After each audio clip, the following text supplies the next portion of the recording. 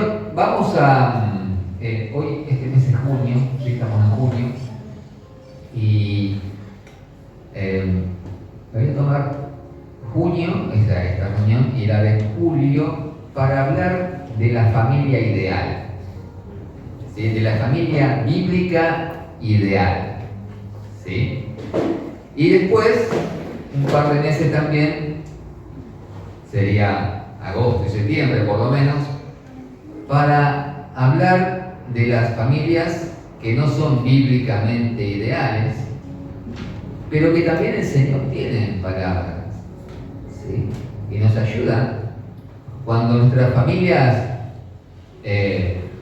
no se ajustan a ese ideal perfecto que le marca la palabra, pero que el Señor no desecha a nadie, ¿sí? Sino que Él considera también nuestras propias historias y de cómo llegamos al Señor, y siempre nos provee un camino de fidelidad, de justicia para nuestras vidas y nuestras familias, aunque no sean ese ideal que desearíamos que fuesen, ¿sí? Entonces, vamos a arrancar con la familia ideal. No sé si algunos podremos identificarnos acá con la familia ideal, pero bueno, la Biblia nos marca esa familia ideal y es hacia dónde apuntamos, y damos gracias al Señor porque podemos hacerlo, ¿sí? Y vamos a buscar 1 Timoteo capítulo 3, verso 1 al 7. Vamos, 1 Timoteo capítulo 3, del 1 al 7. Y también voy a mencionar 1 de Pedro, capítulo 5, verso 2. Pero primero vamos con 1 Timoteo, capítulo 3, verso 1 al 7. No pensará, bueno, pero esto para los pastores, esta palabra para los ancianos, para los que quieren entrar al Señor. Pero está allí esta palabra y la vamos a tomar porque nos habla de esta familia ideal, que tiene que ver con todo lo que hemos venido viendo, ¿sí? Hemos estado viendo todo lo que es la autoridad, el poder, ¿no? Cómo el Señor manifiesta su autoridad en la iglesia y cómo es que esta autoridad debe entonces aplicarse también en la familia. Y aquí 1 Timoteo capítulo 3, verso 1 dice así: palabra fiel, si alguno anhela obispado, buena obra desea.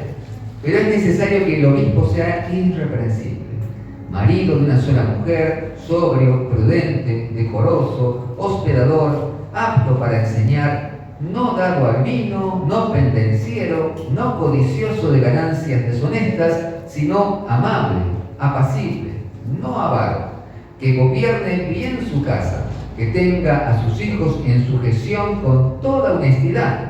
Pues el que no sabe gobernar su propia casa, ¿cómo cuidará de la iglesia de Dios? No un neófito, no sea que envaneciéndose caiga en la condenación del diablo. También es necesario que tenga buen testimonio de los de afuera, para que no caiga en descrédito y en lazo del diablo.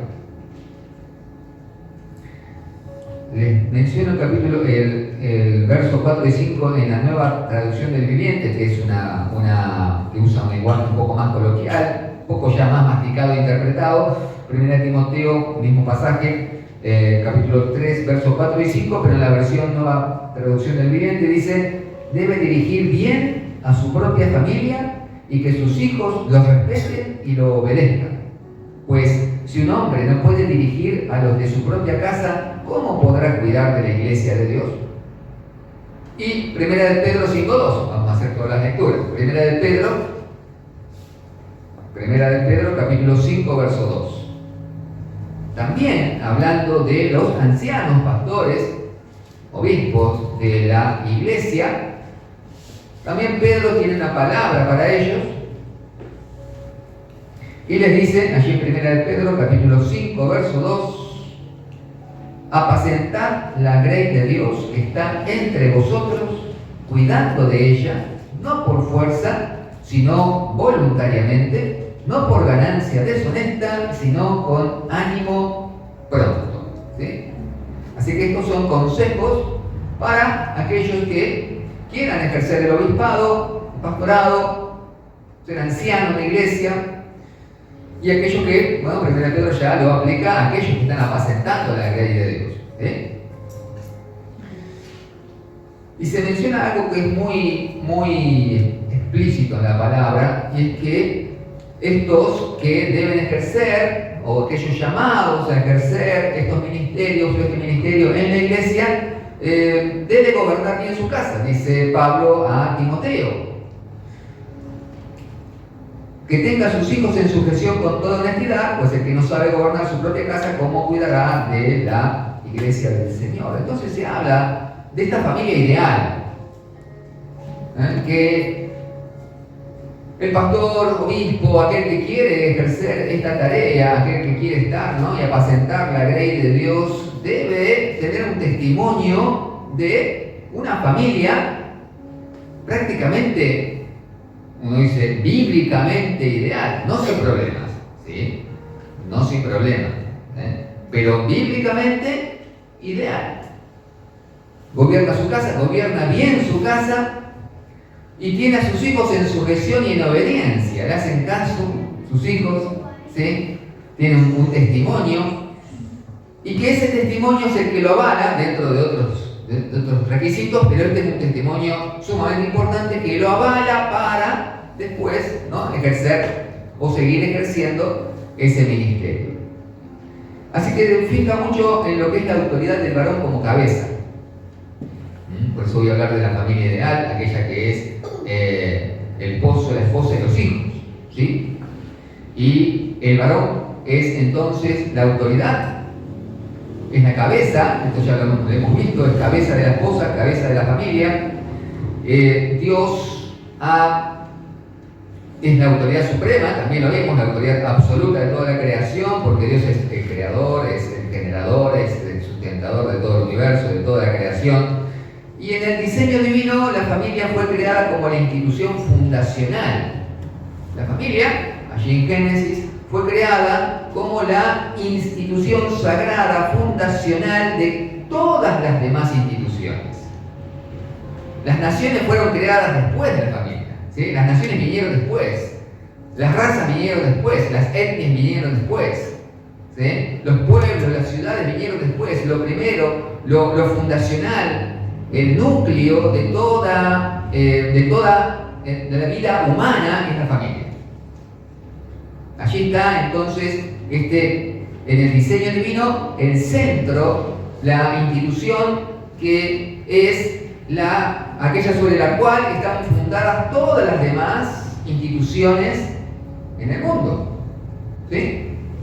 Por eso es tan importante, porque los seres humanos, las personas, hemos sido creadas por Dios, pero también Dios ha señalado el lugar donde debemos crecer, donde debemos madurar, donde debemos ser amados, donde debemos ser cuidados, donde aprendemos a amar a Dios, donde aprendemos a servir al Señor, donde aprendemos a establecer vínculos sanos, vínculos de lealtad, vínculos de ayuda.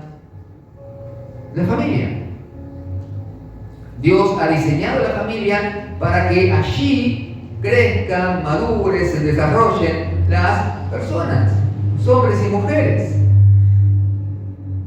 Y Dios crea la familia con un orden, porque Dios es un Dios de orden y establece un orden dentro de la familia, y un orden de autoridad y de ejercicio de la autoridad dentro de la familia. Y la familia ideal, entonces en la familia ideal, este orden se respeta y este orden es el que se lleva adelante, ¿no? El varón es la cabeza que ama, que sustenta, es la fuente de la familia, aquel que provee, aquel que protege, aquel que gobierna, que la dirige, que tiene la última palabra, la responsabilidad sobre todas las cosas. La esposa, que es la socia activa, aquella que completa y que da plenitud a la familia, ¿sí? Es el complemento, cogobierna con el varón, la familia. Los hijos son los dependientes. Los hijos, los que están bajo la tutela de papá y mamá, son los que reciben el sustento, el alimento, tanto espiritual, emocional, natural, en obediencia y respeto. El lugar de los hijos es justamente ese lugar de dependencia. Son dependientes de sus padres les reciben todo de sus padres y su respuesta debe ser en respeto y obediencia. Y también Pablo menciona, y la Biblia menciona, a un cuarto integrante de la familia que son los siervos. Es decir, aquellos, y no es una palabra de demérito, no es una palabra de desprecio, es un lugar de servicio dentro de la casa. Aquellos que sirven dentro de la casa, que prestan un servicio a la casa, que le hacen bien a la casa, que le hacen bien a los integrantes, que le hacen bien a todo lo que está involucrado dentro de esa casa, y que reciben una retribución, una recompensa por ese servicio. ¿Sí? Y que ellos deben esperar un trato justo. Deben esperar un trato justo de los integrantes de la familia y un trato equitativo a cambio del bien que le hacen. ¿Sí? Entonces tenemos el varón, tenemos la mujer, tenemos los hijos, pero también tenemos, ¿sí?, un cuarto elemento que a veces lo pasamos por alto. A nosotros nos fue muy mal por pasarlo por alto. Que son los que trabajan para la casa, en la casa y para la casa. ¿Sí? Así llames al plomero que te haga algo, que llames a un albañil para que esa persona en ese momento está realizando una tarea de bien, está beneficiando a tu casa, y entonces debe ser retribuida justamente, equitativamente, por el bien que le hace a la casa. ¿Se entiende esa parte, no? ¿Sí? Por eso no la tenemos en cuenta, y es importante porque puede traer muy malos tragos cuando uno no considera también a quién uno mete a su casa a servir a la casa. ¿Sí? Yo realmente tenemos más de una mala experiencia con eso. Ahora, el pecado trajo la ruina del hombre, por supuesto, ¿no? Ya sabemos, el pecado arruinó al hombre y a la familia como consecuencia inmediata. La primera consecuencia directa de ese pecado del hombre y de la mujer fue arruinar a sus descendientes, y arruinar entonces esa institución creada, esa institución sagrada creada por Dios. Ahora, el mundo y Satanás se ha ocupado desde el mismo principio de la creación en negarle a Dios su autoridad, en que la gente se rebele contra Dios. Se ha ocupado desde el principio de entenebrecer el entendimiento, de que la gente tenga cada vez la conciencia más cauterizada por la práctica permanente del pecado, sin arrepentimiento. Ha traído sufrimiento, ha traído dolor, y todo eso ha hecho que la gente tenga una actitud de rebelión contra Dios, ya desde el mismo comienzo. Allí lo vemos en Edén, con la tentación, y que era lo que quería conseguir Satanás. Bien, lo ha conseguido, evidentemente. Así que hoy el mundo reniega de Dios, hoy el mundo está en rebelión contra Dios, y habiendo logrado que el mundo deje de ver a Dios, que el mundo se rebele contra Dios, entonces ha avanzado, porque Satanás nunca se queda tranquilo. Ha avanzado contra todo lo que Dios ha creado, y especialmente ha puesto todas sus fuerzas y todas sus artimañas malignas en contra de la familia. Y para destruir la familia, ¿cómo se hace para destruir una familia? Lo más fácil es destruir la autoridad del varón en su casa. Usted destruya la autoridad del varón en su casa y destruye la familia. Y al destruir la familia, destruye a la esposa, destruye a los hijos y destruye a los siervos que están sirviendo en esa casa. No es necesario traer una gran calamidad. Con solamente afectar, destruir la autoridad del varón, la familia se deshace. Porque ya se deshace el orden de Dios, se destruye el orden de Dios, el diseño de Dios. Así que claramente, y usted lo vemos en la sociedad, en el mundo, y en estos últimos años, en esta generación que a nosotros nos ha tocado vivir, cómo la autoridad del varón en su casa ha sido prácticamente, ¿sí? Ahora parece mala palabra hablar de ser cabeza, de tener una responsabilidad en tu casa, ¿sí? De gobernar tu casa. Que un varón gobierne su casa, bíblicamente ya es visto como algo anacrónico, como algo malo. Y se intenta por todos los medios que el varón no ejerza bíblicamente la autoridad en su casa. Por supuesto que la iglesia sufre esto. La iglesia sufre esto. Lo vemos, lo conocemos, lo sabemos. No solamente porque la gente llega así, porque la gente llega con sus familias destruidas, con los valores dentro de la casa totalmente tergiversados, con el orden dentro de la casa totalmente destruido, donde parece que los hijos son los que mandan, o con gran cantidad de problemas, por falta de gobierno claro, de una autoridad allí establecida. No solamente porque llegan así desde el mundo, sino porque dentro de la iglesia también se reniega de la autoridad del varón. Y si el varón no está ejerciendo su autoridad bíblicamente, la mujer tampoco puede hacerlo. Y los hijos son afectados. Y gran cantidad de dolor y sufrimiento viene entonces a causa de eso. Y lo sabemos, lo difícil que es trabajar con las familias dentro de la iglesia. Cuando uno habla estas cosas, te miran, ¿no? Uno acá seguramente todo este tiempo ha dicho, ¿qué está diciendo este?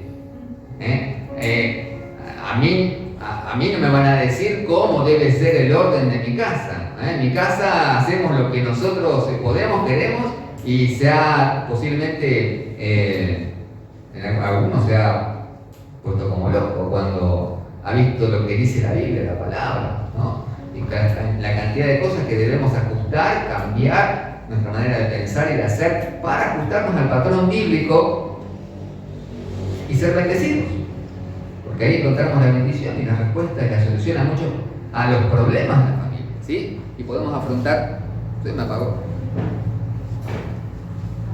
Desde que lo mordió el gato ya no es el mismo.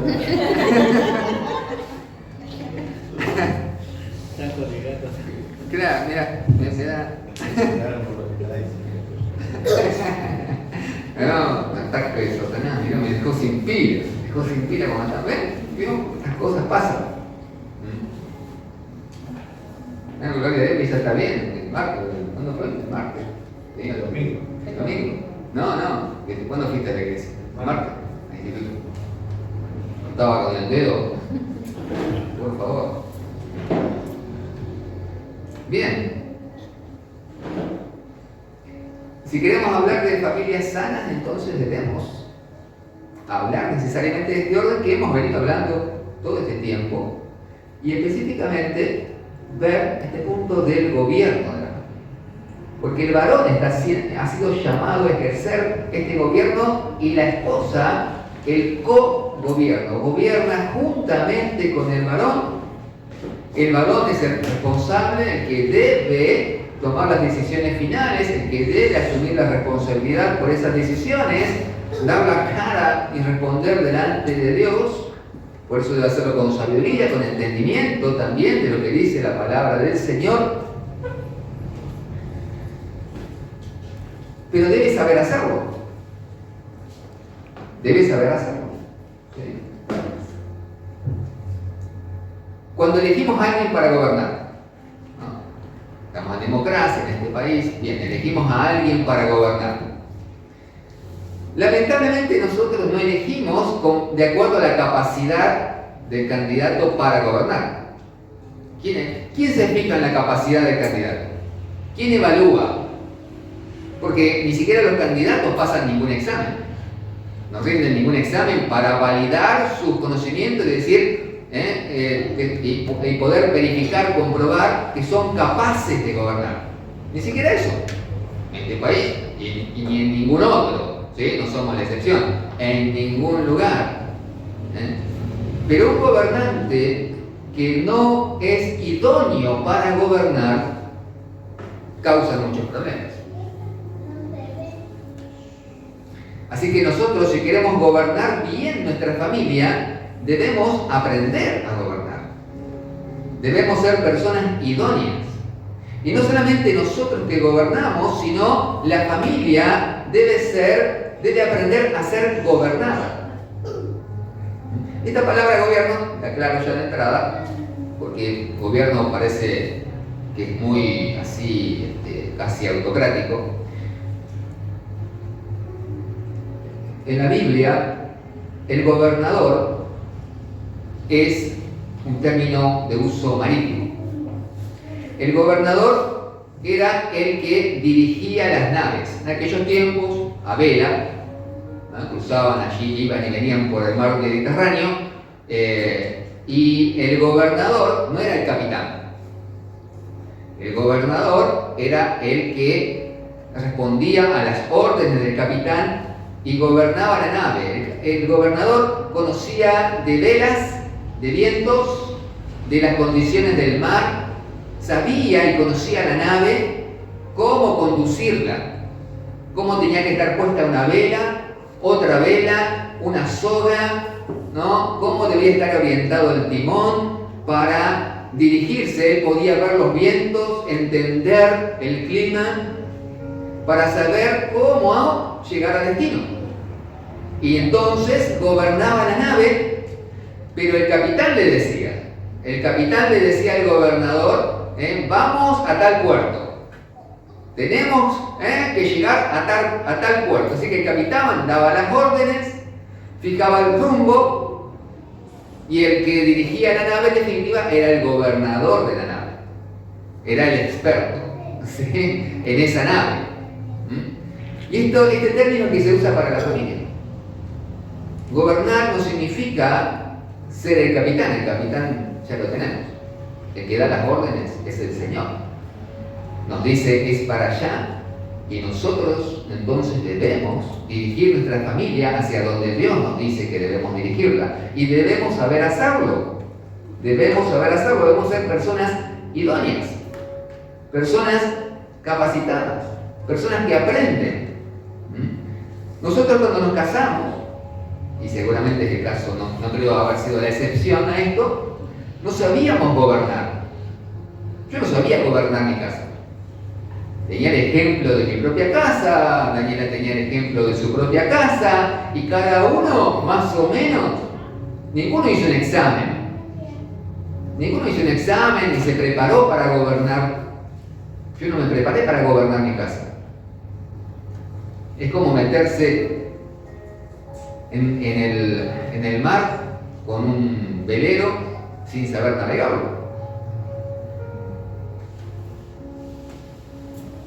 sin saber para dónde había que apuntar las velas, sin ni siquiera considerar por dónde venía el viento ni las corrientes de agua. Por misericordia y por gracia de Dios avanzamos, nada más. No porque haya sido idóneo ni porque hayamos sido expertos en eso. Pero no debería ser así. Ahora entendemos que no debería ser así, y que los jóvenes que quieren casarse deberían aprender primero algunas cosas mínimas de cómo llevar adelante una casa. Tanto el varón como la mujer, porque co-gobierna la mujer, así que también debe aprender esa habilidad de cómo se va a llevar adelante la casa, de cómo llevar adelante para Cristo, de cómo han de ser criados los hijos para Cristo, conducidos para Cristo, de cómo va a servir la casa del Señor. Para gobernar hace falta autoridad, hace falta habilidad, hace falta santidad y hace falta ánimo pronto, que es lo que dice, por eso les leí 1 Pedro 5:2, que los ancianos deben tener ánimo pronto. Y ese ánimo pronto es que sean personas dispuestas, sin pereza en hacer el bien y determinados, resueltos en sus actitudes, en sus decisiones. Ser quien gobierne la casa requiere este ánimo pronto. No puede haber pereza, no puede haber esos cambios de opiniones, no puede haber esa falta de resolución en hacer las cosas. El varón debe ser de ánimo pronto, y la mujer que cogobierna con él también debe ser de ese mismo ánimo pronto. Listo, dijimos que esto había que hacerse y se hace. Dijimos que esto tenía que llevarse adelante, que esto va a ser de esta manera, entonces hagámoslo, llevémoslo adelante de esta manera. No tengamos pereza, no esperemos, ¿no?, que alguien más venga de afuera a solucionar las cosas. Nosotros debemos asumir la responsabilidad de llevarlo, de hacerlo y llevarlo adelante. Si sabemos lo que debemos hacer, debemos hacerlo. Así que una persona puede tener autoridad, puede tener habilidad, puede tener santidad, pero si tiene pereza, no va a gobernar bien su casa. Las cosas siempre van a estar allí posponiéndose indefinidamente y nunca se van a hacer. Por lo menos las cosas importantes siempre deben estar hechas. Así que quien gobierna, el varón, debe volver a asumir ese lugar, debe aprender a hacerlo, y la mujer juntamente con él. ¿Sí? Porque si el gobernador está equivocado, entonces quien gobierna debe prestar atención y estar ayudando a corregir eso.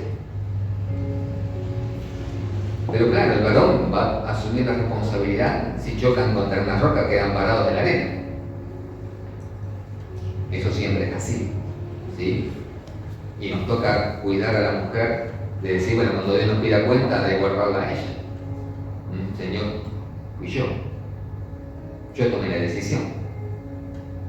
Sí, me lo dijo, pero no le presté atención, o tal vez me apoyó, pero la decisión fue mía.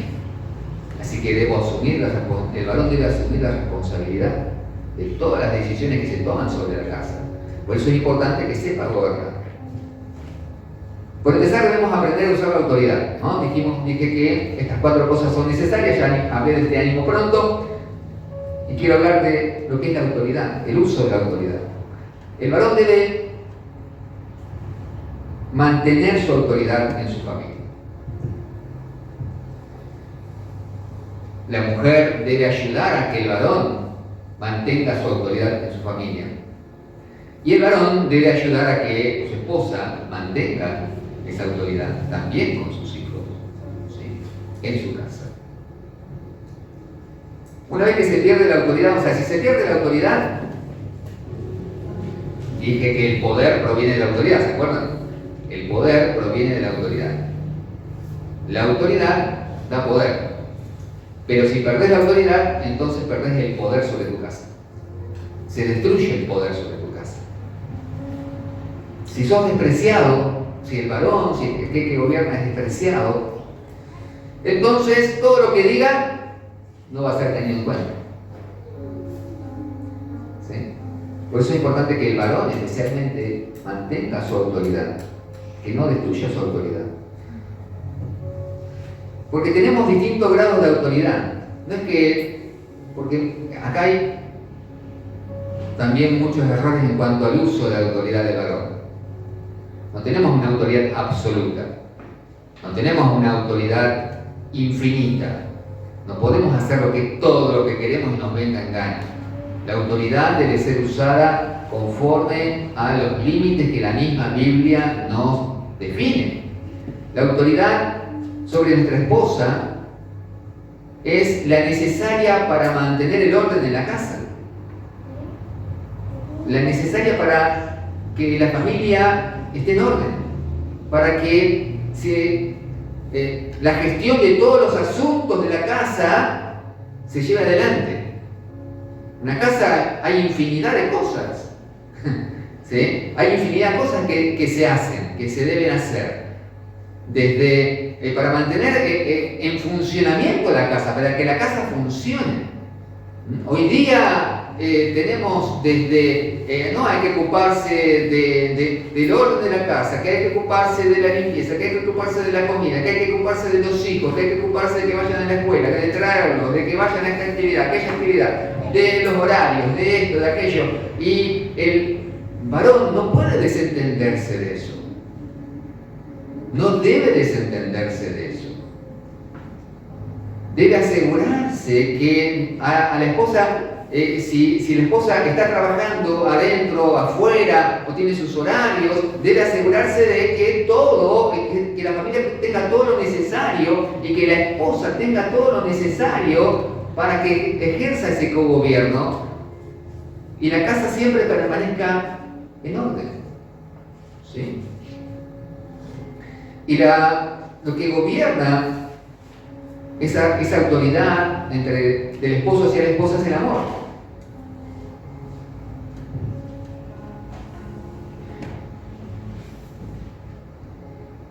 El esposo no le da órdenes a la esposa. No, el esposo no le da órdenes a la esposa. No le da órdenes, bueno, listo, vos acá, el que manda soy yo y vos haces esto. Lo que gobierna la relación entre el cónyuge es el amor. Es el amor. ¿Sí? Hay un vínculo de amor entre los dos. Hay un vínculo de respeto mutuo entre los dos. Entonces siempre estamos hablando, bueno, sí, esto debe hacerse, pero nunca debe, y debemos trabajar en eso para que no sean órdenes que la otra persona se vea obligada, porque si no va a ser castigada. No es así. El varón, esta relación entre el esposo y la esposa no se basa en dar órdenes, se basa en dar amor. ¿Sí? Ahora, sobre nuestros hijos, nuestra autoridad es mayor. Sobre los hijos, la autoridad es mayor porque debemos criarlos. Debemos gobernarlos para dirigirlos hacia Dios. No solamente es amor lo que nuestros hijos necesitan, o sea que este vínculo con nuestros hijos es un vínculo de amor, pero también es de autoridad sobre ellos, para corregirlos, para amonestarlos, para enseñarles, para conducirlos en el camino del bien, para alejarlos del camino del mal, autoridad aún para elegir sus relaciones y sus vínculos de amistad.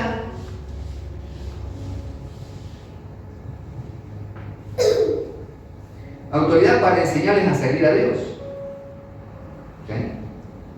Y ahí sí a nuestros hijos sí les damos órdenes, que nuestros hijos deben respetar y obedecer.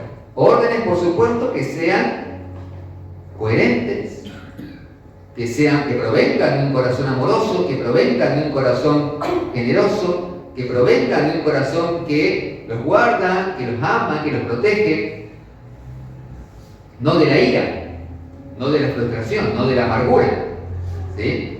Pero sí les damos órdenes a nuestros hijos y esas órdenes deben ser respetadas y obedecidas. Y también tenemos autoridad sobre nuestros siervos, sobre todo aquel que venga a prestar un servicio en nuestra casa, nosotros tenemos autoridad sobre esa persona.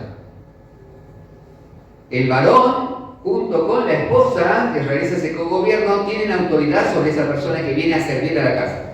O sea, viene el albañil, viene el cerrajero, viene el electricista, viene el plomero, o viene una persona que trabaja en tu casa, que te ayuda en los quehaceres, o que ayuda de alguna manera a cuidar de un enfermo, lo que sea. Esa persona está bajo tu autoridad.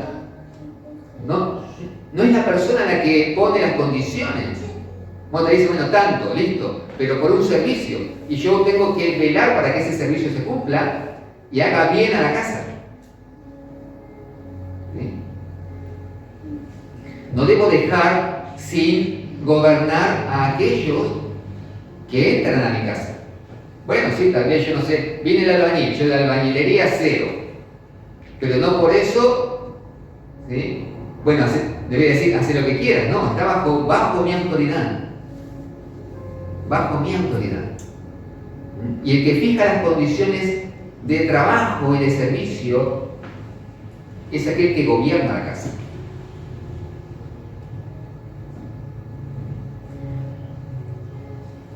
Entonces puede ser muy bueno el que venga a servir a tu casa, súper fiel, súper confiable, pero nunca lo dejes sin supervisión. Nunca. ¿Sí? Y no porque uno desconfíe, sino porque nuestra tarea de gobierno implica eso. No, acá tenés la llave, haz lo que quieras, yo vengo dentro de 8 horas, estás haciendo el trabajo. No. Debe ser su trabajo, su tarea hecha bajo la supervisión de la autoridad de la casa. Tenemos esa responsabilidad. ¿Sí? Así que nuestra familia debe entender, por empezar, debemos enseñar estas cosas en nuestra casa, que hay un orden en la casa y que este orden no es un invento nuestro, no es que nosotros inventamos, bueno, el varón es cabeza de la mujer y cabeza de la familia, ¿no? Nosotros no inventamos eso, está en la palabra de Dios y estas cosas deben ser enseñadas en nuestra casa. Mirá, el orden a nuestros hijos, a medida que van creciendo y van entendiendo, se les enseña estas cosas. Mirá, el orden en la casa es esta. Así funciona esta casa, deben entender que esto proviene de Dios. Que estamos respaldados por la autoridad divina para ejercer este gobierno bíblicamente, para ejercerlo conforme a la palabra de Dios. Nuestros hijos están obligados a reconocer este orden. Nosotros mismos estamos obligados a reconocer este orden. La esposa y los hijos y aquellos que entran a trabajar a casa deben reconocer que este es un orden divino. Es un orden divino. ¿Sí? Lo peor que pueden decir nuestros hijos o nuestra esposa es, bueno, a Pablo conozco, a Jesús lo conozco, pero vos quién sos. Que no estemos ejerciendo la autoridad de Dios, que nosotros mismos estemos en contra, estemos pretendiendo gobernar en contra de la autoridad de Dios y que nuestra esposa y nuestros hijos nos desconozcan y no puedan reconocer en nosotros la autoridad divina. O sea, el varón tiene esa responsabilidad. Está ejerciendo una autoridad delegada por Dios. La esposa, cuando ayuda en ese gobierno, está reconociendo esa autoridad. Así que el varón tenemos la responsabilidad de hacerlo conforme a la palabra de Dios. Por tanto, debemos conocer esa palabra. Por eso también que los que entran a trabajar en tu casa deben reconocer que este orden es un orden divino. ¿Y cuál es su lugar cuando uno lo contrata? ¿Cuál es su lugar en este orden? Mi consejo: nunca contrates un impío. Mi consejo. Yo sé que no se puede. Bueno, necesitas una especialidad que no encontrás en un santo para que venga a trabajar en tu casa. Son toda gente impía. Bueno, toda gente impía y bueno, la oportunidad para predicarle, qué sé yo. Bueno, pero no lo dejes sin supervisión. Hay que explicarle: mira, acá esta casa funciona de esta manera.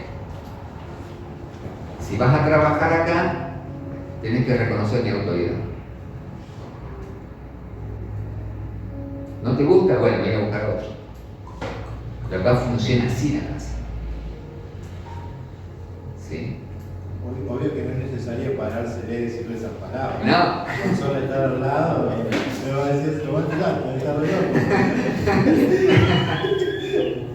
Claro, uno conoce las huellas con las que ahora también de quién, ¿no? Pero uno debe ser claro para la persona. ¿Cómo hace Mañana la nos quedamos sin albañil.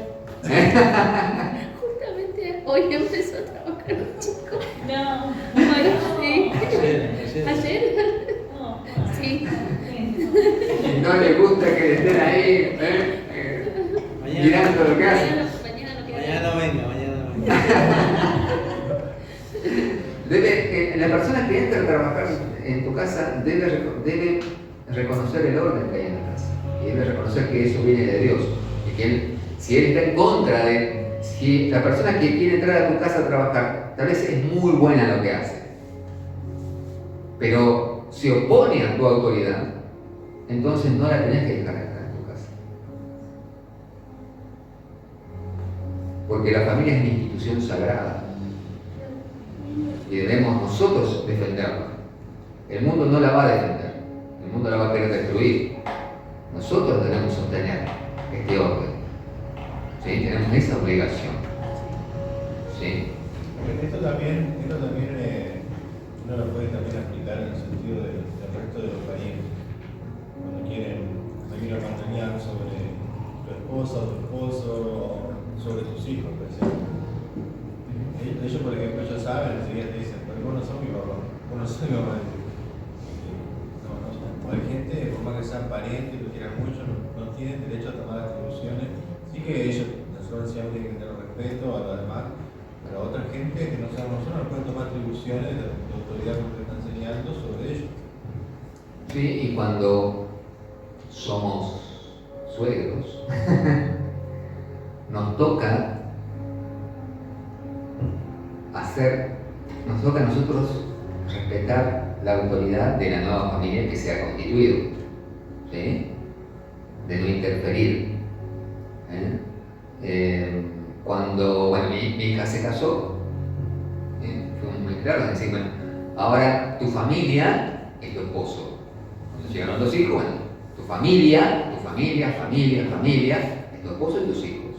Nosotros somos los parientes, que nos puedes querer mucho y te vamos a ayudar toda la vida, pero somos parientes, somos ajenos a la casa, no tenemos autoridad sobre la casa de ellos. ¿Sí? Y eso también es algo que muchos no entienden, aún siendo cristianos, de que sus hijos se casan e interfieren. Y al interferir están yendo en contra del orden divino. En contra del orden divino. Nosotros debemos ayudar a que las nuevas familias se constituyan sanamente, bíblicamente, y que aprendan, ¿sí?, a ser una familia conforme al orden de Dios. Nuestra tarea es enseñarles, aconsejarles, pero no interferir en el orden dado por Dios. ¿Sí? Y hacer respetar, como te dijo recién, ese orden, porque muchas veces quizás no son santos, como usted dijo, los parientes. Hacer respetar ese orden, como daba el ejemplo recién del albañil o de alguien que viene a ayudar a la casa. Sí. O sea, Con los parientes puede parecer más difícil, pero a veces no es necesario explicar. A veces con la mala cara que le hacemos es suficiente, otras veces es necesario explicar, es decirle no. O sea, no, esto lo hacemos nosotros. ¿Sí? Vení, ayudá, pero el gobierno no lo ejerces vos. ¿Sí? Poner límites y enseñar y hacer respetar el orden es sumamente importante. Porque yo le digo, y tal vez no tiene ninguna mala intención, tiene un corazón súper amoroso y generoso, aquel que está queriendo ayudar y lo hace con una buena intención, pero está yendo en contra de algo que es más grande que nosotros. Es este orden divino, esta institución sagrada que es el matrimonio, que es la familia en definitiva. Entonces tenemos la obligación de defender. Es como nosotros no admitiríamos que alguien de afuera dé órdenes acá en el culto. No admitiríamos eso. Y capaz que es una super persona, muy buena, muy generosa, muy amable, pero no admitiríamos que alguien interfiera en las cosas santas. Bueno, la familia es la institución fundacional de todo. La iglesia no funciona sin familia. Así que es sumamente importante que nosotros aprendamos a hacerlo. Por eso son cosas que deben ser enseñadas y debemos aprender a hacerlas. Y cuando decimos que no, ponemos límites o aclaramos ciertas cosas, o debemos soportar cierta oposición y resistencia de algunas personas, sabemos por qué lo estamos haciendo. Sabemos cuál es la finalidad. Sabemos qué es lo que estamos estableciendo. Y sabemos que es para bien.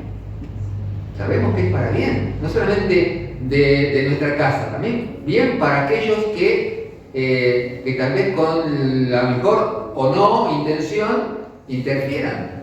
Porque interferir contra la autoridad de Dios no es una buena práctica. Ir en contra de la familia, ir en contra de la autoridad en una familia, ir en contra del orden familiar, no bendice a esa persona, no le causa bendición a esa persona. Así que nosotros también, al poner límites, le estamos haciendo un bien. ¿Sí? Le estamos haciendo un bien, pero esa autoridad, y entender que tenemos la autoridad, y la autoridad debe usarse justamente para mantener este orden, para establecer este orden. Y esa autoridad, por supuesto, que es mucho más fácil de ejercer cuando ven, ¿sí?, ven la santidad de aquel que gobierna. Cuando pueden empezar a ver a Cristo a través de nosotros. ¿Y cómo se hace cuando ya una familia que está de raíz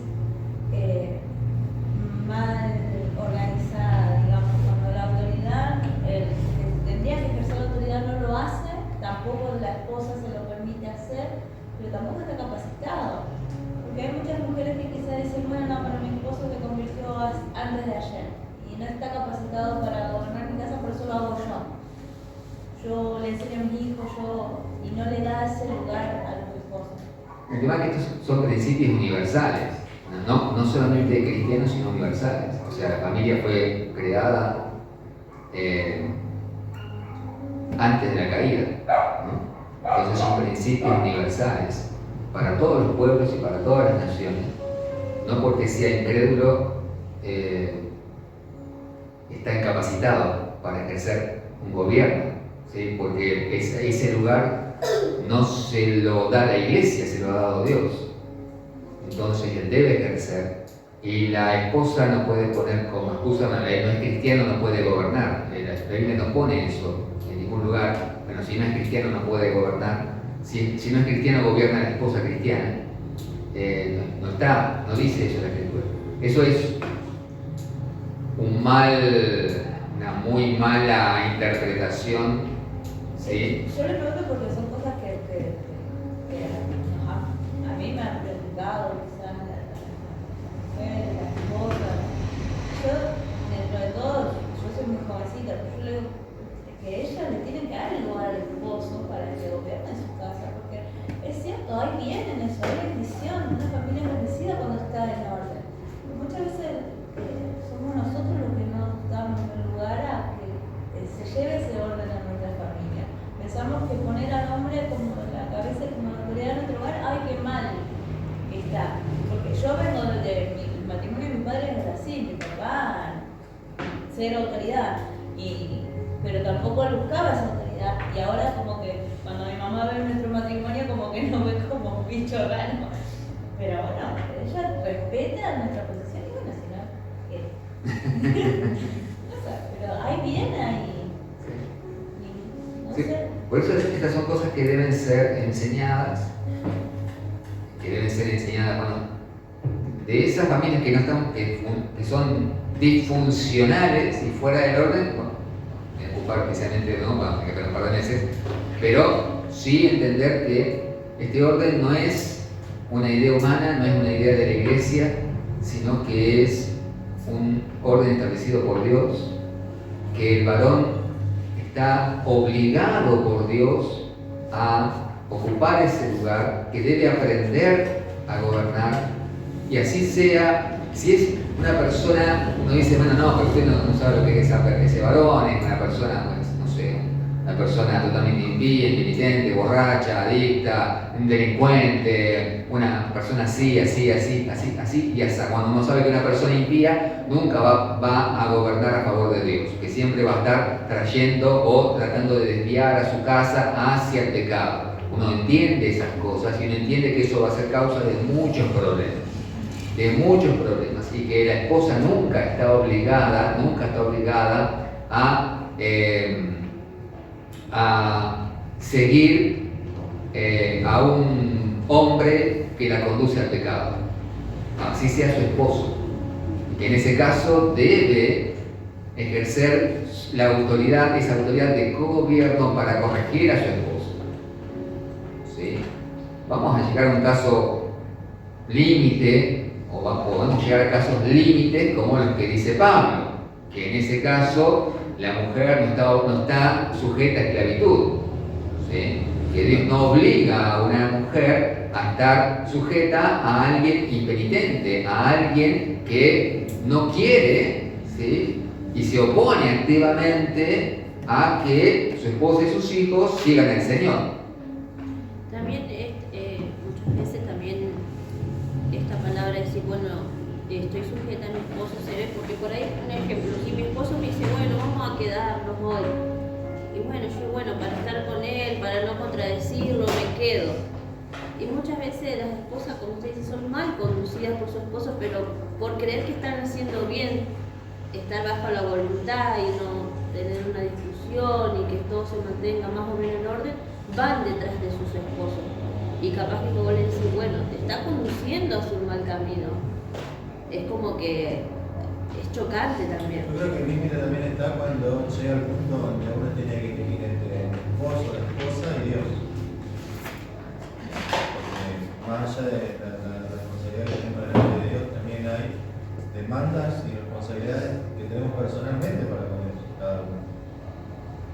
Por eso también, como decía el pastor, cuando se le inclina hacia el pecado, hacia el mal, uno tiene la libertad para decir no, para oponerse, porque es consciente, si vive, porque si estamos hablando de alguien creyente, vive y conoce la palabra, yo creo que es responsable delante de Dios y tiene que decidir por sí mismo. Sí, ahí, por eso digo que en un caso límite, Pablo, porque estos casos se dan en la iglesia, que si el esposo es no creyente, es incrédulo y consciente, dice, en vivir con su esposa, ¿sí? O la esposa es no creyente y consciente en vivir. ¿Qué significa ese consciente en vivir? Que están puestos de acuerdo. Bueno, vos sos listo, te convertiste en cristiana. Yo no quiero saber nada con Cristo, pero vos sí. ¿Cuáles son las nuevas condiciones ahora que regulan nuestra relación? Y el creyente va a decir, bueno, en verdad, Cristo está por encima tuyo. Y si vos estás de acuerdo con eso, en que ahora hay alguien más grande que nosotros sobre esta casa y que me das a mí la libertad para criar y educar a mis hijos en ese camino, entonces, si estamos de acuerdo, permanecemos juntos, seguimos viviendo como familia, sin ningún inconveniente. El esposo acepta, consciente, están puestos de acuerdo en que así va a funcionar la familia, que él va a seguir siendo incrédulo, pero que va a respetar la fe de su cónyuge, ¿sí? Y que le va a dar lugar a esa fe en su casa. Eso también debe hablarse. Cuando se convierte uno y el otro no. Eso debe hablarse. El matrimonio debe hablar de eso. Debe entender el incrédulo las consecuencias de que su cónyuge se haya convertido. ¿Qué significa? No llegar a un episodio, digamos, a una discusión para que allí surja y poner a Cristo en el medio de esa discusión, sino que deben sentarse y el creyente debe explicarle a su cónyuge lo que significa haber recibido a Cristo en su corazón, lo que implica eso para su propia vida, para su conciencia, para el camino que va a comenzar a seguir, porque se ha apartado de todo pecado, que ya no lo va a acompañar en el pecado, que ya no va a avalar el pecado, que en verdad quiere criar a sus hijos en la fe, que ahora ha conocido, que va a ir a la iglesia, que no va a descuidar la casa, que todo lo que sea importante hacer siempre va a estar, y que las cosas deben ahora revelarse en cuanto a, antes íbamos, nos íbamos a pescar todos los fines de semana, pero ahora yo los domingos voy a la iglesia, entonces eso debe reorganizarse, y si estamos de acuerdo, gloria a Dios. Pero ese acuerdo va a ser temporal. Sí, eso es lo que pensaba. Va a ser temporal, ¿no? Él va a terminar viniendo si permanece fiel ella, o ella va a terminar alejando, Sí. porque eso lo vemos claramente en la iglesia. Y eso es lo que dice Pablo. Sí. No hay que concordancia entre la luz y la tiniebla, hay una lucha constante que va a estar de acuerdo en esa charla, todo muy bien, pero. Lo que dice Pablo es, bueno, que... Porque dice el incrédulo, vamos gordita el domingo, casi a la iglesia va siempre, y ya no te venía a la iglesia. Bueno, pero ahí está la convicción y la fidelidad del creyente, ¿sí? O sea, Pablo está hablándole al creyente, ¿no? A un cónyuge creyente que está firme en su fe y que está dispuesto a dar su vida por Cristo y a defender la causa de Cristo, ¿no? Y que participa entonces en el cuerpo de Cristo y en la vida espiritual. Y que eso, dice, santifica al esposo, santifica a sus hijos, santifica a su esposo, y dice, bueno, en realidad eso no asegura que el cónyuge se convierta. Puede que sí, puede que no hay ninguna certeza, y mientras consienta al cónyuge incrédulo en esa situación y en que el creyente viva de esa manera, hay casos en que eso raramente funciona, pero que si eso no funciona, ¿sí? Y esto se convierte en una batalla, en una guerra, entonces dice que el creyente no está sujeto o sometido a que, especialmente la mujer, no está cautiva de esa situación, ¿sí? Y allí es donde surge entonces toda la doctrina de la separación,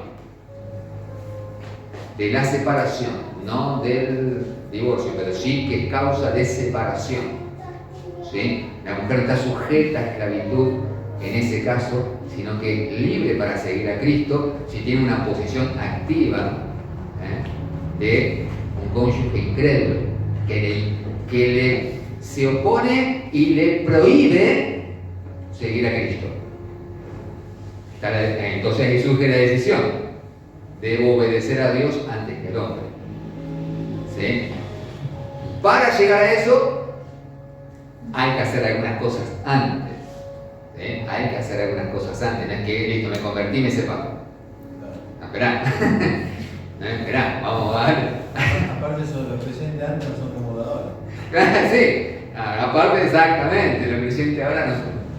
Qué importante también esto, porque no es una enseñanza, sino algo que repercute en las próximas generaciones. Hoy estamos en una lucha, hoy directamente, fíjese que a nivel sociedad y mundial se va en contra de la familia, como te digo al principio, que es el núcleo donde surge todo.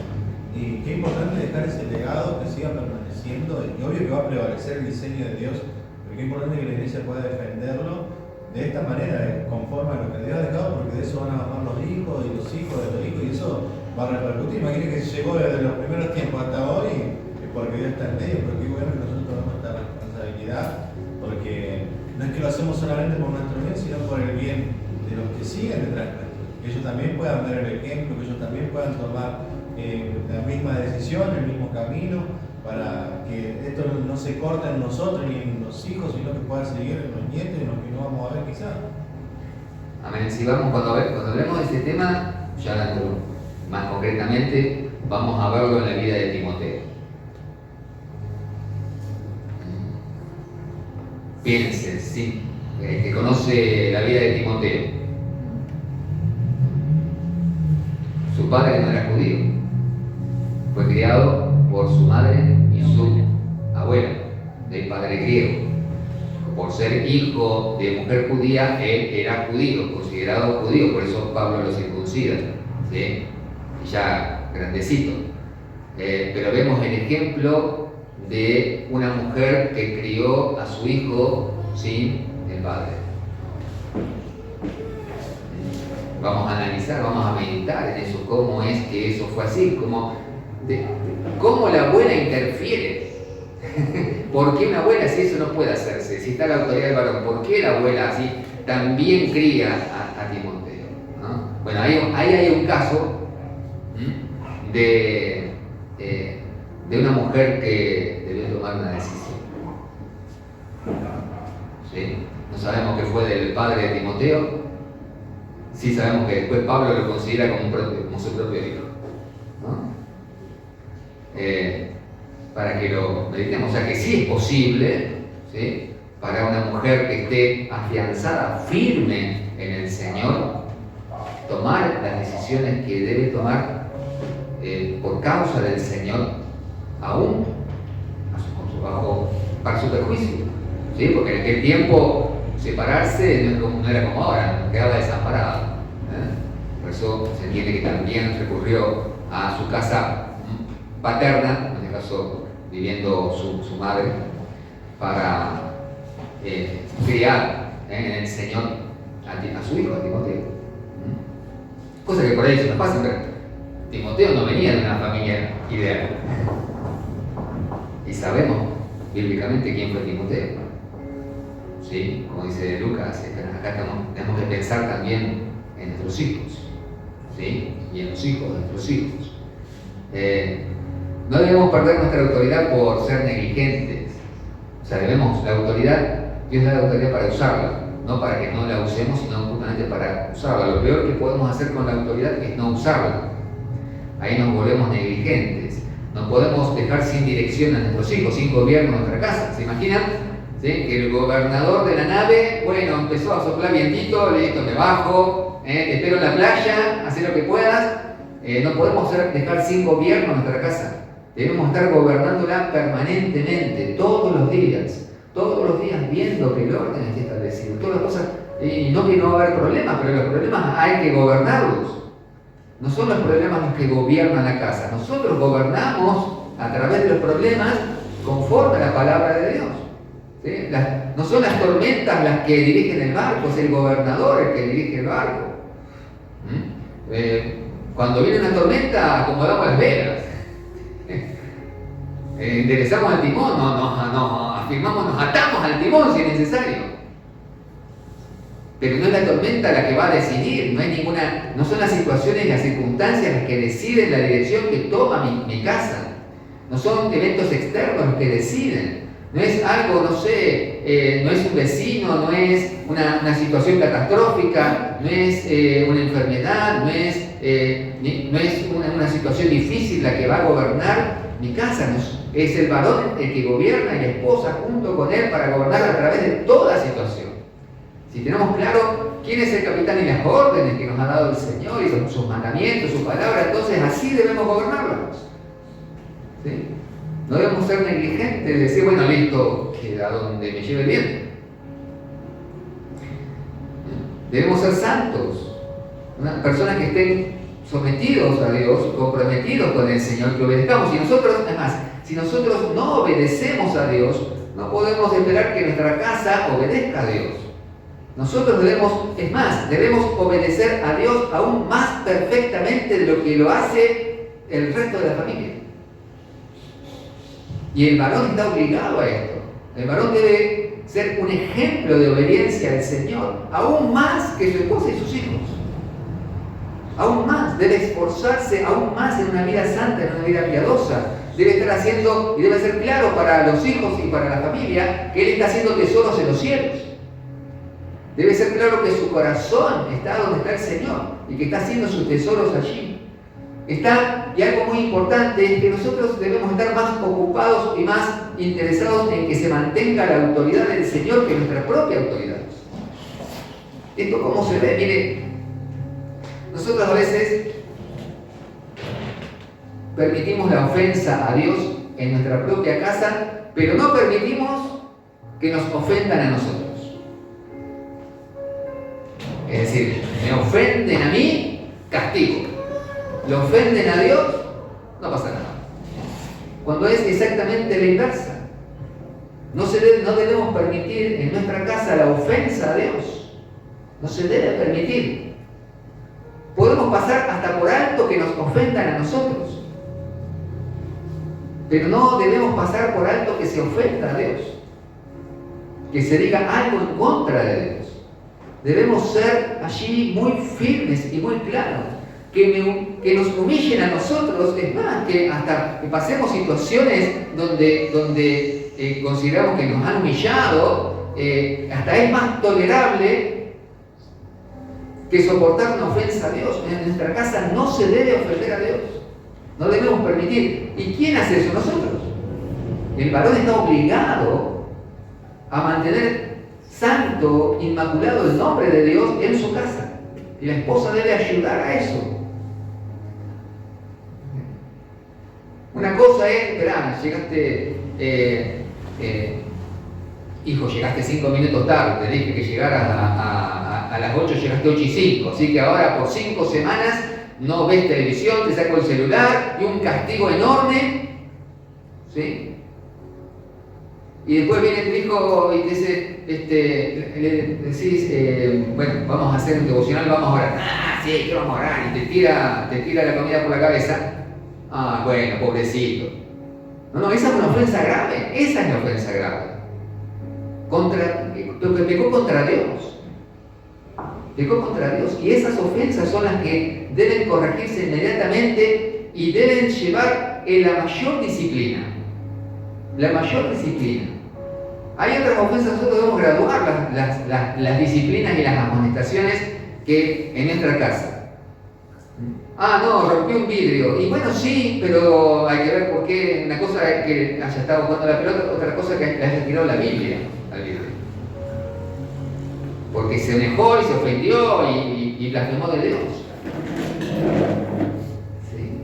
Y esas cosas debemos nosotros atender, ejercer la autoridad para corregir esos pecados graves contra Dios. Y tener misericordia y piedad con las debilidades de la carne de nuestros hijos, porque también son pecadores, todos somos pecadores. Y muchos de los pecados nuestros, por supuesto, todos los pecados nuestros son de la carne, de nuestro cónyuge y de nuestros hijos, pero estamos criando a nuestros hijos, estamos educándolos, estamos llevándolos, ¿no?, a ese crecimiento espiritual, y también sabemos que van a tener debilidades y flaquezas. No los vamos a ayudar a pecar, los vamos a alejar, tratar de alejar del pecado y conducir, ¿no?, enseñarles el bien y el camino del bien. Pero también vamos a saber considerar que como nosotros son pecadores, ¿no? El que esté firme mire que no caiga, ¿no? Y a veces somos más duros con los pecados de nuestros hijos y no con nuestros propios pecados. Y tal vez pecamos en lo mismo, y el pecado de ellos los castigamos y el nuestro no. ¿Sí? Entonces debemos atender a eso. Debemos atender a eso. Porque cuando nuestros hijos, y Dios quiera que sea así en todas nuestras familias, son salvos, cuando ellos tienen edad y toman su decisión de fe de seguir a Cristo, en el cielo no van a ser nuestros hijos, en el cielo van a ser nuestros hermanos. No te van a llamar papá en el cielo, hermano te van a decir. Hermano Andrés me va a decir mis hijas. No me van a decir papá. Así que debemos cuidarlos y debemos atender a su vida espiritual, porque anhelamos, deseamos y lo estamos conduciendo hacia Cristo, para que sean salvos, para que sean siervos de Dios, para que adoren a Dios, para que sean discípulos y adoradores del único Dios verdadero. Así que nos importa la salvación de ellos. Y como ese es el objetivo que tenemos hacia ellos, entonces todo lo que nos desvía de la salvación requiere la mayor solicitud, corrección y amonestación. Que no sepan jugar a la pelota o que hayan fallado en un examen es una cosa. Y tal vez, fallaron en un examen, hay que ver por qué fallaron. Pero si fallan en el amar a Dios, en el conocer a Dios, en el vivir una vida para Dios, sabemos que esas cosas son grandemente perjudiciales. Porque que hayas repetido un grado es una cosa, pero que hayas perdido tu salvación es otra. O tu oportunidad de salvación, o tu camino de salvación, o que tus padres no te hayan conducido a la salvación, o que te hayas perdido por la negligencia de tus padres. Así que lo que más debemos atender es justamente la salvación de nuestra casa. No debemos, si nuestra familia está ociosa en las cosas del Señor, debemos usar nuestra autoridad para que se ponga en movimiento. No debemos permitir que nuestra familia sea complaciente con las cosas de la carne, que nuestra familia se mantenga ociosa, que cambie el eje y el foco, que empiece a buscar cosas que no debe buscar. No debemos ser nosotros quienes busquemos las riquezas. Mire, hay gente que no viene a la iglesia, no participa de la iglesia y hace que su familia se quede en su casa porque dice, no, mi trabajo, tengo que trabajar, y parece que trabaja 7 días a la semana, 24 horas al día, y nunca tiene tiempo para el Señor y para traer a su familia al servicio del Señor. Y ese varón se convierte en el obstáculo para que su familia conozca a Cristo. Yo entiendo, hay trabajos y trabajos, ¿no? Hay trabajos que por ahí, listo, tuviste una guardia y tuviste que cumplirla, por supuesto. Te impusieron el horario, listo. Pero otra cosa es que nosotros nos impongamos un trabajo arduo y pongamos eso primero antes que Dios. Porque nos volvemos tropiezo en nuestra propia casa. El obstáculo para que nuestra casa llegue a Cristo. Y lo peor es que decimos que somos cristianos, pero somos el obstáculo y el tropiezo de nuestra casa. Cuando la autoridad no debe ser usada para eso. Podemos vivir sin muchas cosas, pero no sin Cristo. Así que las prioridades deben ser mantenidas.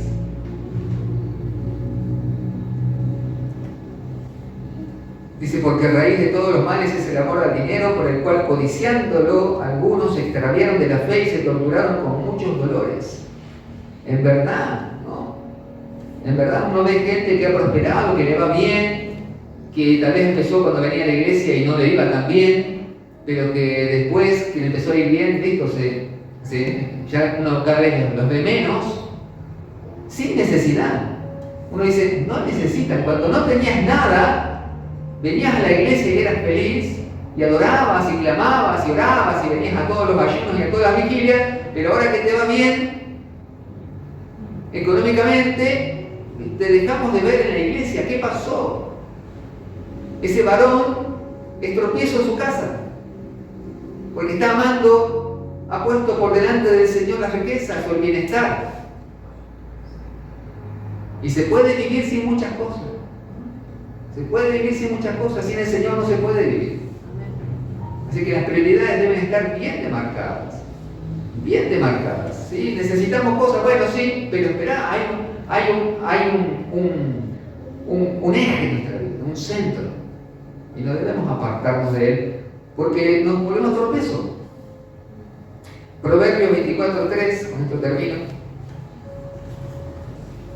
Proverbios 24:3 dice, con sabiduría se edifica una casa y con prudencia se afianza. Con sabiduría se edifica una casa y con prudencia se afianza. Así que debemos ser sabios y debemos ser prudentes. Proverbios 24:3. Mire, podemos fallar en muchas cosas. Es más, fallamos en muchas cosas. Fallamos en innumerable cantidad de cosas. Vez tras vez, todos los días estamos siempre fallando en algo, haciéndolo incompletamente. Pero sabiendo nuestra debilidad, nuestras limitaciones, hay algo que debemos poner el mayor esmero y es justamente en el cuidado de nuestra casa. Que podemos fallar, y bueno, fallé como en mi negocio, fallé en mis estudios, fallé en esto, pero que no fallemos en nuestra casa. Que nos esforcemos, ese lugar realmente merece nuestra atención y todo nuestro esfuerzo. Toda nuestra sabiduría y toda nuestra prudencia esté allí para edificarlo sabiamente, para que nuestros hijos puedan disfrutar del favor del Señor, del favor que nosotros disfrutamos y que ellos son ahora en nuestra casa, bueno, ellos reciben de ese favor, pero que después ellos al crecer también, ellos elijan seguir este camino y sepan cómo hacerlo porque han sido criados, ¿no?, en la disciplina, en el temor del Señor, y conocen este camino de pequeños y no se aparten ni aun cuando fueran viejos. ¿Sí? Así que el mayor esfuerzo debe estar ahí. Si estamos agotados, estresados, o con 2000 cosas, es una cuestión de prioridades. Y para el Señor es sumamente importante la familia. De ahí se sostiene. Nuestros hijos, miren nuestra historia, que piensen en su propia historia. Nada nos ha afectado más que nuestra propia familia o la familia en la cual nos hemos criado. Nada. Hasta que conocimos a Cristo, nada. Y aún ahora, también somos producto de esa familia en la cual fuimos criados. Hay muchas cosas todavía que están en nosotros por eso. Nada afecta más que eso. Bueno, que nuestros hijos sean afectados para bien. Tenemos ese privilegio, ese honor de haber conocido al Señor, que nuestra casa sea llena de ese conocimiento. Nuestros hijos, bueno, también nos digan, no tuve esto, no tuve aquello, pero tuve al Señor. Y si tuve al Señor, lo tuve todo. Amén. Padre Santo, Señor, esta noche que nos ha convocado aquí, Señor, que hemos podido hablar de estas cosas. Ayúdanos, Señor. Ayúdanos, porque no, en verdad, sabemos tan poco, Señor. Sin tu ayuda, nada podemos lograr. Danos entendimiento, danos claridad.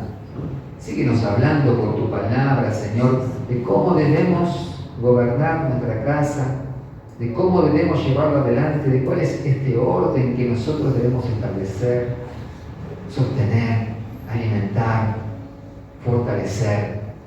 Ayúdanos, Señor. Ayúdanos a entender y danos la fuerza y el poder espiritual para poder hacerlo, Señor. Que seamos fieles y que veamos, Señor, los frutos, la recompensa, Señor, en nuestros hijos. Y aún, Señor, más allá de ellos, a la tercera, a la cuarta generación, Señor. Bendícenos, Señor. Gracias por permitirnos estar acá, gracias por hablarnos y gracias, Señor, por lo que estás haciendo en nosotros, porque nos estás trayendo, Señor, a tu perfecta voluntad. Tú lo haces, Señor. Gracias por darnos el querer, por darnos el hacer. Gracias, Señor, por tu bendito Espíritu que nos guía, que nos dirige en tu buena voluntad. Padre Santo, quedamos delante de ti para lo que tú quieras hacer con nosotros. En el nombre de Jesús.